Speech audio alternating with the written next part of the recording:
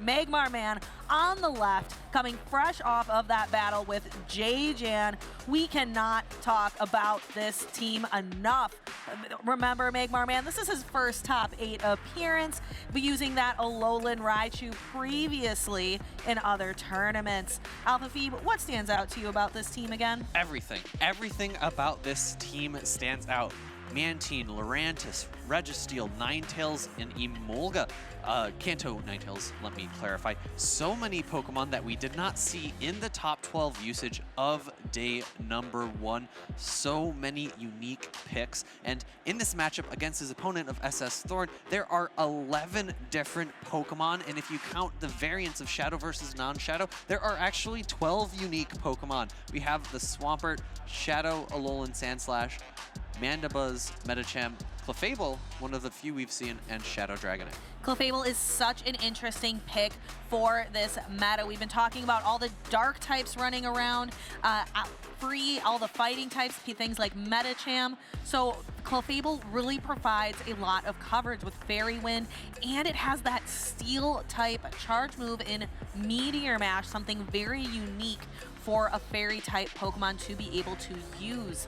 Our trainers are locking in their teams, and we are bringing you the losers finals. Someone's tournament journey will end here today. We have Registeel into Mandibuzz, a commanding lead for MAGMARMAN. Yes, able to hit this Mandibuzz with a super effective Zap Cannon.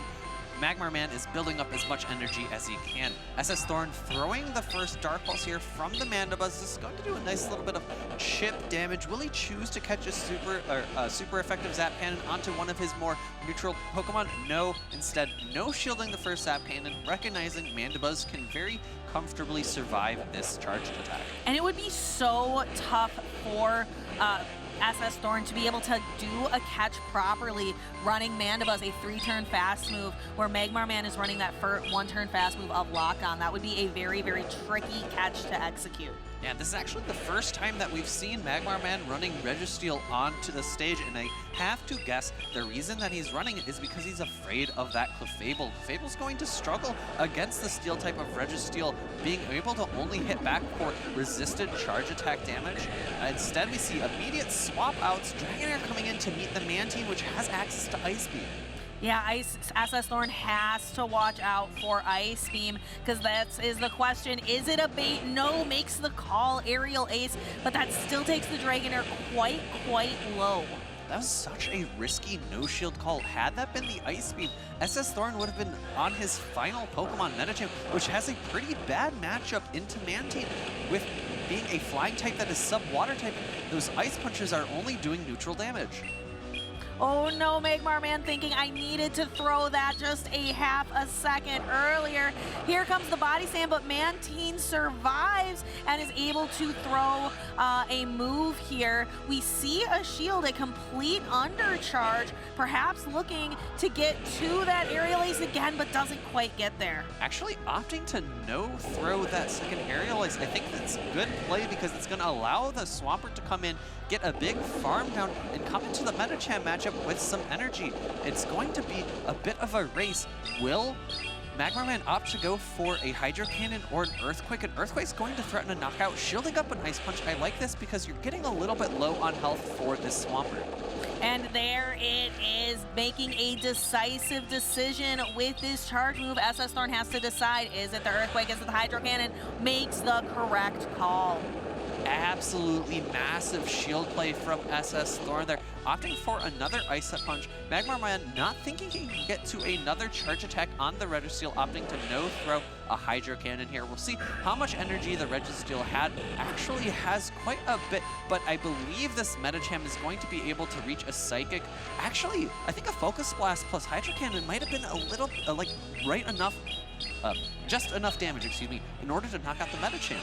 Yeah, so I think MAGMARMAN decided, you know, that wasn't a great start. Let's reset. I'm going to go in and I'm going to focus right away on game 2. First match going to SsThorn. One Pokemon that we didn't see show up, but I think MAGMARMAN was afraid of, is that Clefable. We talk about Medicham. Medicham is so strong because it's the fighter that beats other fighters. Clefable is the Medicham of fairies, able to be the fairy that beats other fairies, access to that steel-type charge attack, able to do super effective damage. In comes that Focus Blast into the Mandibuzz, and then going for that aerial ace, undercharging completely, shielded up by SsThorn. Yeah, and you can just see that look that this isn't exactly how he was envisioning this matchup going. Yes, and then that final Psychic to secure the knockout into the Registeel Game 1 going to SsThorn. So our trainers are going to have to decide what adjustments will be made. What can MAGMARMAN do differently here? I'm trying to think. He brought the Mantine, he brought the Shadow Swampert, and the Registeel. All of the Pokemon seemed like they were pretty impactful, but again, bringing the Registeel for the Clefable that didn't show up. Do you continue to bring the Registeel, or do you bring in something that Kanto Ninetales has really done a lot for MAGMARMAN and could potentially do some work here, but it's going to be afraid of something like that Shadow Dragonair or the Swampert. Yeah, I agree. I think Mantine is a Pokemon that I would like to see stay on the team. It does well against that Swampert. It has neutral matchups against many other things, and it does really well into Medicham. I think swapping to the the Kanto Ninetales is an option, given that they both, the Registeel and the Kanto Ninetales share the Swampert weakness. You wouldn't want to lean too heavy into a Swampert weakness, though. You have to be a bit careful. Swampert can tear through teams that don't have a hard answer to it. It really can. We have seen it time and time again where Swampert just sweeps the back line. Let's go ahead and see, though, on the stage, we have the Emolga versus the Shadow Alolan Sandslash. You're contagious, Alpha Phoebe. I'm sorry. But we do not see that Swampert on the side of MAGMARMAN, and just his facial expression from the beginning of the match, this was not the lead he was looking for. Yeah, opting to switch into another losing matchup. The Registeel typically does not perform super well into the Shadow... messing up myself now again.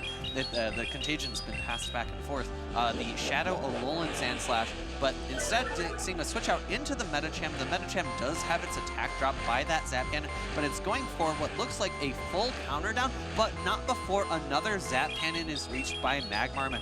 Actually, SsThorn opting to no shield here, losing switch advantage. The Kanto Ninetales is looking very strong. It really is, because now you can bring the Emolga in against the Dragonair. Dragonair doesn't have any super effective moves into the Emolga. Emolga can do neutral damage to it with the Acrobatics. That's the only tough thing. Its electric type charge moves aren't really going to be doing a lot here.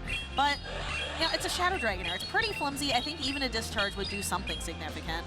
Yes, but the thing is, Dragon Breath is such an impressive fast attack, and you're seeing how much damage it has done to the Emolga so far. Actually opting to catch the Acrobatics on the Sandslash. MAGMARMAN going for a very big undercharge, recognizing he needs to get energy onto his Ninetales, and SsThorn smiling, recognizing that he's opened up such a large window for his Dragonair to sweep MAGMARMAN's team.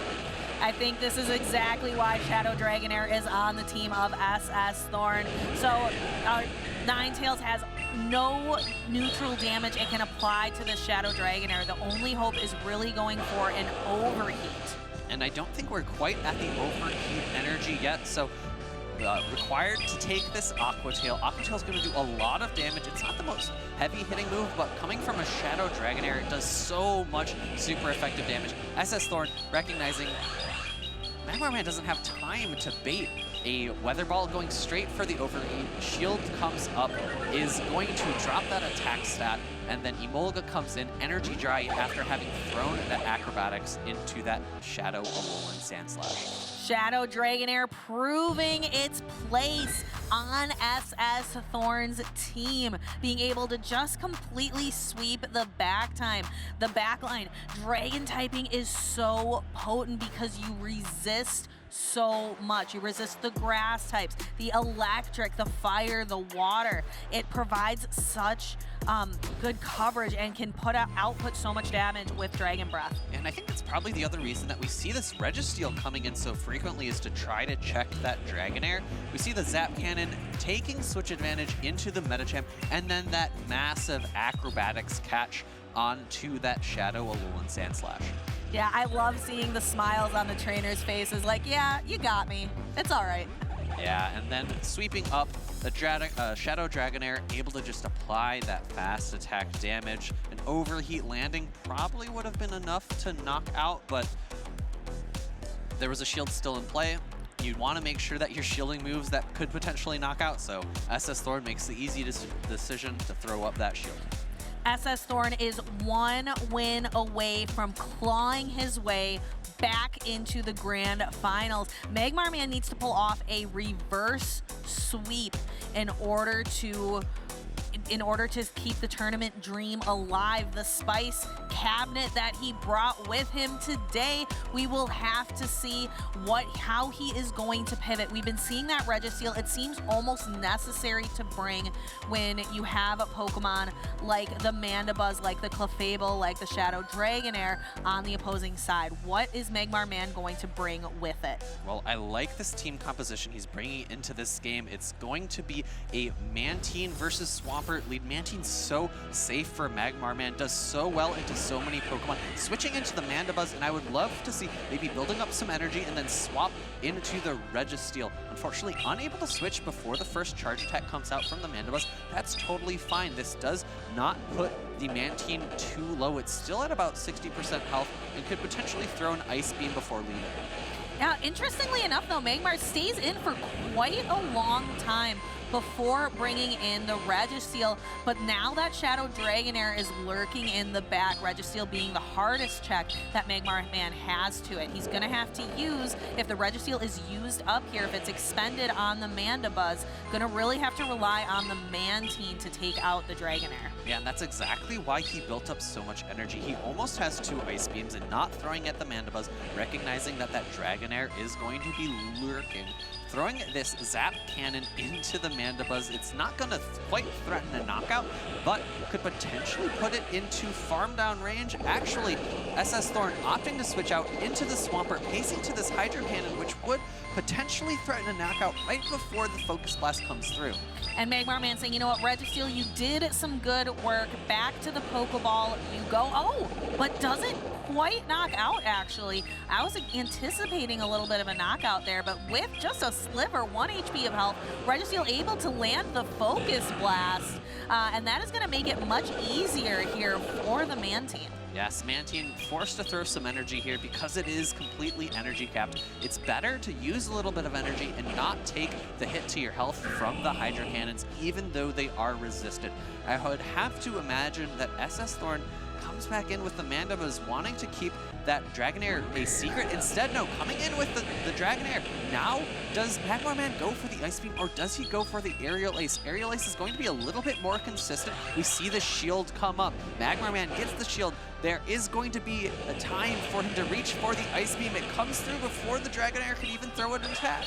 And we get a second shield from SsThorn, but now the Mantine is energy dry. We're going to go into that Ninetales, and we can see those Fire Spins are doing a little bit of damage. MAGMARMAN has to use shields, but the thing is, the damage here is going to be coming from the Dragon Breath. We can see it just chipping away at the Shadow Kanto Ninetales. MAGMARMAN has to use the second shield, and then will he be going straight for the Overheat? That is going to dip his attack. That Mandibuzz is still back there. Yes, he has to be very careful to not throw the Overheat into the Mandibuzz. Great waiting from MAGMARMAN, going for the fast attack down, but SsThorn is able to make it to a Dark Pulse. I think this Dark Pulse threatens a knockout. Can MAGMARMAN's Mantine farm the Mandibuzz down and get to an Ice Beam before it's knocked out? Actually, I don't think it's going to be able to make an Ice Beam. Will an Aerial Ace be enough to knock out?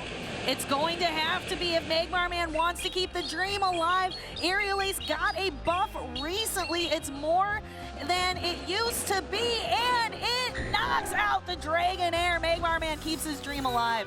we have the potential for a reverse sweep. It has happened before. MAGMARMAN steadying himself, grabbing onto some ground and pushing back against SsThorns, getting the alignment he needed, making use of the neutral matchups Mantine has in order to stabilize this losers finals. That's great. You could see the light come back on MAGMARMAN's face in that opening matchup. Like, I finally have a foothold here, something to grab onto. The Registeel miraculously hanging on through that Hydro Cannon in order to get some much needed damage onto the Swampert. Yes, that Swampert would have had a little bit too much health for the Mantine to handle without that Focus Blast. And then the Mantine coming in, farming down that Mandibuzz, able to barely make it to this final aerial ace, dealing just enough damage to knock out that Shadow Dragonair.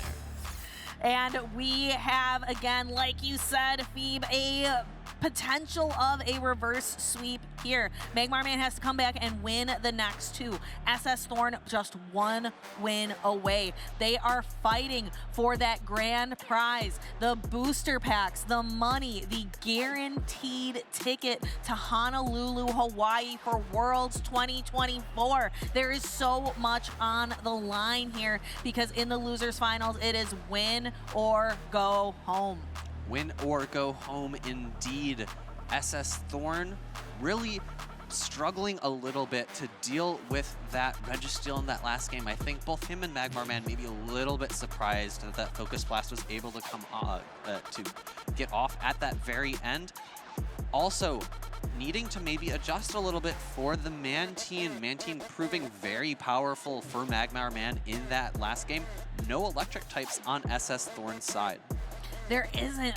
Really like the Emolga, but the one time that MAGMARMAN brought it, it really didn't prove to be impactful. It didn't really get aligned on the Medicham. It wasn't really able to get those acrobatics. There was a catch, I believe. Acrobatics soaked on the Pokemon that I believe Acrobatics got soaked onto the Shadow Alolan Sandslash in that second game, so we'll have to see. We haven't seen the Lurantis make an appearance yet. Perhaps MAGMARMAN thinks it is time to bring it out, and he does, but it meets a Pokemon that Lurantis doesn't really want to see in that Shadow Alolan Sandslash. It is only running the Shadow Claw, so it's not as though the Lurantis is taking super effective fast move damage, but it has to be careful for those Ice Punches. Oh, SsThorn actually shielding up a Leaf Blade there. I don't think a superpower was reached. Maybe not 100% certain of the counts for Lurantis to get to superpower. The first Ice Punch goes through. It's going to be shielded. Will a second Ice Punch be loaded for that Lurantis? Not quite yet. The superpower actually coming out right before. You can see SsThorn counting, doing the math in his head, recognizing this is the energy that could be superpower. Shielding up, and then the Ice Punches could potentially come out before the next superpower. So here is that first Ice Punch. MAGMARMAN has to decide he's going to shield, but can Lurantis get to the superpower before another Ice Punch is loaded? It can, but SsThorn makes a catch, so this energy is going to go for neutral damage onto the Mandibuzz. Not exactly where you would want that to go. MAGMARMAN looks like he's trying to build up a little bit more energy here. Yeah, I think that's a great play, getting a little bit of more energy, catching the next aerial ace. Great catch. Honestly, I don't think either move would have mattered here, Aerial Ace or Dark Pulse. Neither are really going to threaten the Registeel, and the Registeel is going to throw a Zap Cannon into the Mandibuzz. The question becomes, can it get a lock-on down afterwards? Also, I have to say it again, for the fourth time, Alpha Phoebe, that Shadow Dragonair is lurking in the back. I think MAGMARMAN would prefer the Registeel be on that Pokemon. Yeah, in comes the next Zap Cannon. The Mantine may be poised a little bit to face off against the Shadow Dragonair, but it also has to contend with the Shadow Alolan Sandslash, which has so much health remaining from that initial matchup against Lurantis. It does, and here is a Dark Pulse that is going to take a good chunk of the Registeel's remaining health, and we see a switch back into the Shadow Alolan Sandslash. MAGMARMAN doesn't have any shields remaining, so the Steel Titan Pokemon is going to fall. There are no shields in play for SsThorn, and if you recall that Lurantis is just short of a superpower, switching in, throwing the superpower, now the question becomes, will the Mantine be able to handle the extra energy the Dragonair gets from farming down this Lurantis? I actually think that the defense fall here is great, and actually the switch clock is up. SsThorn switch locked himself, but MAGMARMAN has a switch clock up, able to switch immediately and not allow extra energy, and an Ice Beam will be enough to threaten the Shadow Dragonair. It can, but the Shadow Dragonair will get to its move first. So here is the Ice Beam. Dragons do not like to be frozen out. You never see them. This is why dragons don't like the frozen tundra of Toronto. And Mandibuzz not at a move, cannot threaten. And we have ourselves a Game 5. MAGMARMAN fighting his way back, trying to get his way back into the grand finals. His best answers to that Dragonair are going to be that Registeel and Mantine. We've seen them so frequently in this matchup. And we were talking a little bit, SsThorn is not bringing Clefable, right?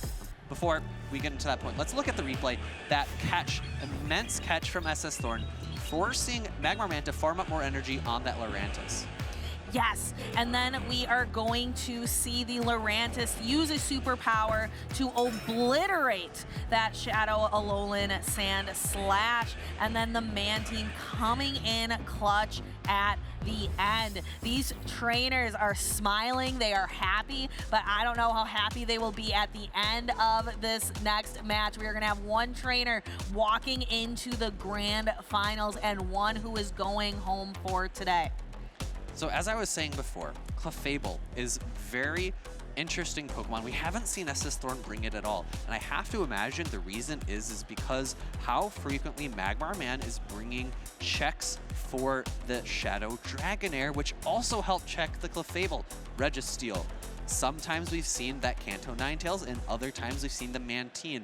Mantine's a little more neutral against the Clefable, but the Registeel and the Kanto Ninetales are going to hard wall that Pokemon, really prevent it from coming, and that's why I think we've seen SsThorn leaving it on the bench each and every game. The Pokemon that SsThorn hasn't left on the bench at all is that Shadow Dragonair, consistently bringing it in the back, varying up his lead quite a bit. Mandibuzz, Shadow Alolan Sandslash, Swampert even, but switching things up, but that Shadow Dragonair has brought consistently in the back.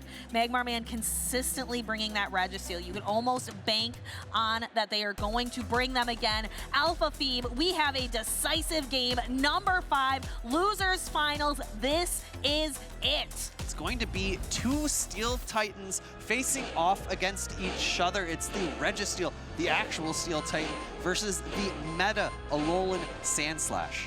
And Alolan Sandslash outpaces the Registeel here, getting to the drill run. MAGMARMAN deciding to expend a shield very early on in this matchup and actually going for the Zap Cannon, which is a good call because you imagine SsThorn is going to be shielding. So if you know your charge move is going to make the shield, you might as well try for the attack fall, which is successful. The attack fall comes through, and now reaching for a second drill run is SsThorn. MAGMARMAN not quite able to throw the Focus Blast yet. The Focus Blast will be enough to knock out.